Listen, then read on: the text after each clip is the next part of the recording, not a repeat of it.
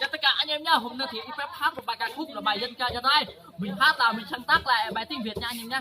Mình hát là bài này thì nếu anh em thấy hay, nếu là chưa kênh của bây giờ em tiếng Việt hát thôi. Siêu riêng tem mút à? Hay là tầm hai? Ô,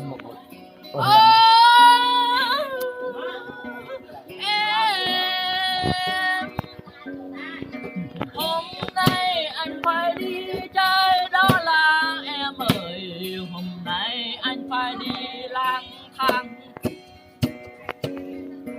Em ở nhà đứng buồn cho anh nhiều, em ở nhà đừng khóc anh rất nhiều.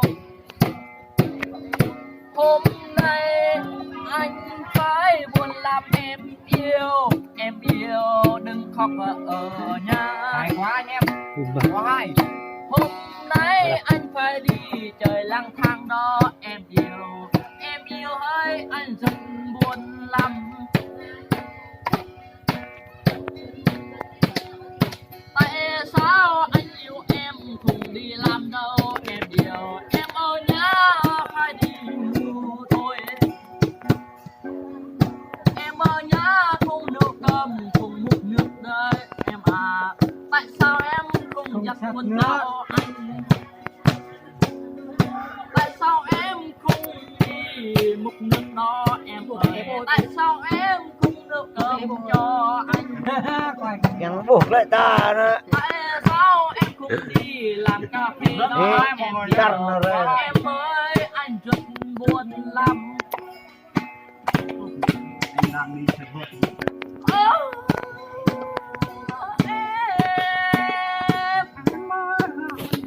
Em đã không yêu anh phải bỏ thôi, em yêu thời nhưng mà em không yêu anh phải bỏ thôi.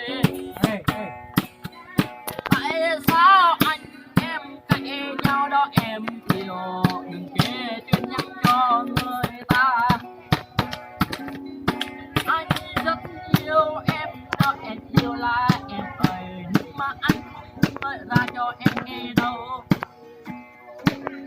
Hôm nay anh phải đi chơi lang thang sắp tuổi rồi, hôm nay là cơn giờ sâu giờ.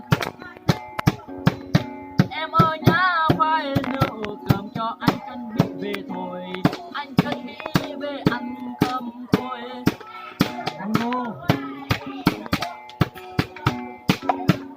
Nhưng mà em không nấu cơm cho anh lần này, anh phải kiếp em một lần mãi mãi thôi.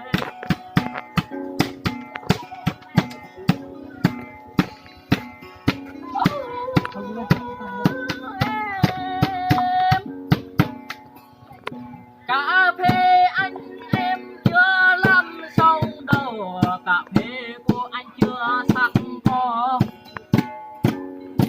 Sắp tới cái canh cà phê rồi em yêu, hôm nay em không đi làm giúp cho anh. Anh già rồi không đi làm việc đâu em yêu, anh già rồi không làm nổi đâu. Anh già rồi sắp đi lang thang thôi em yêu anh rất buồn lắm. Alo chào tất cả anh em, hôm nay mình hát một bài nhạc khúc là bài dân ca giờ này mình hát cùng hai anh em chưa đăng ký kênh thì trên sẽ đóng góp cho mọi người nha. Bye. Bye. Cảm ơn. Bảo